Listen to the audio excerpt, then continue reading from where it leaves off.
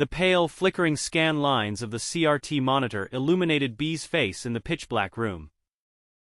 It was well past 3 a.m. in a forgotten suburban apartment overseas. B had downloaded the nameless file from the deepest unindexed corner of an obscure forum dedicated to lost analog media.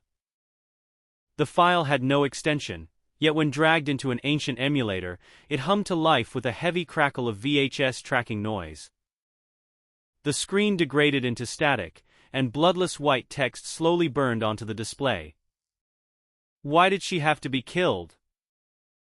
There was no title screen, no options menu, and no background music.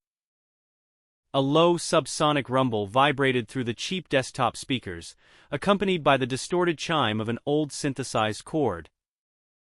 The camera shifted to an eerie high-angle surveillance view of a decaying two-story wooden house.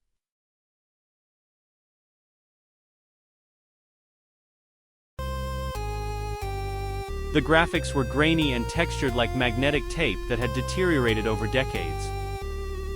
In the center of the living room stood a low-resolution polygonal figure, a young woman dressed in a faded white dress, clutching her trembling shoulders. B pressed the arrow keys on the keyboard. The woman responded immediately, turning her head toward the camera as if making direct eye contact through the glass screen. A flashing prompt appeared at the bottom. Guide her to safety. Suddenly, heavy, distorted footsteps echoed from the upper floor, shaking the virtual camera.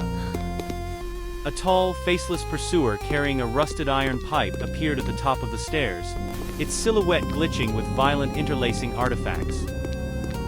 B's heart hammered against his ribs. He frantically tapped the keys to guide her through the dimly lit hallway. Every step the woman took produced an unsettlingly crisp sound of bare feet sticking to cold floorboards.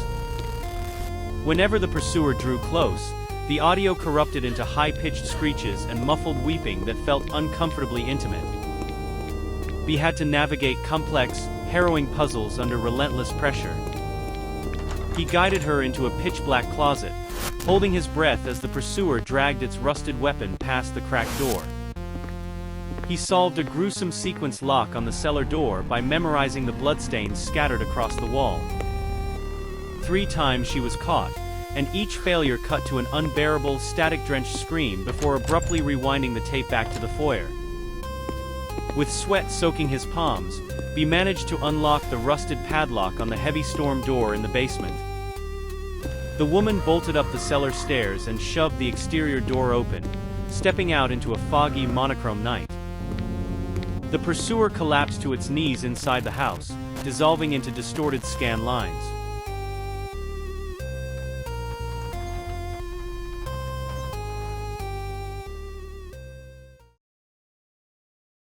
She was free.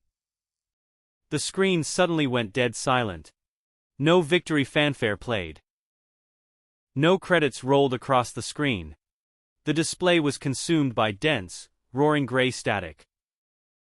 B let out a long, shuddering breath, leaning back into his creaking chair and wiping the cold sweat from his forehead.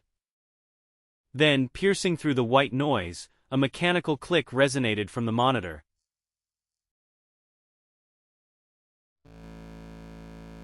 The static parted, revealing the exact same question from the beginning. Why did she have to be killed? A rhythmic hollow tapping sound echoed from the speakers, as if keys were being struck on an invisible typewriter. One letter at a time, a new sentence crawled across the CRT.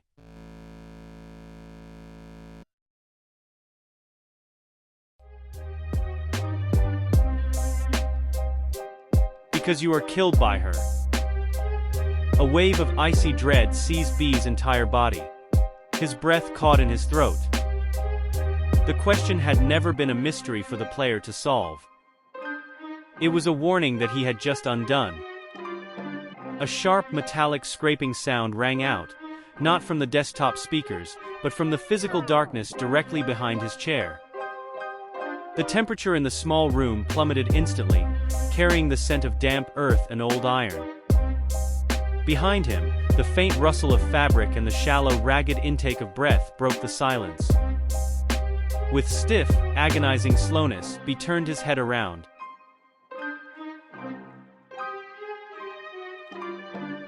Standing in the shadow of his doorway was the woman from the screen. Her white dress was stained with fresh grime, her unblinking eyes were wide with hollow madness, and in both hands, she gripped a glistening kitchen knife raised to strike.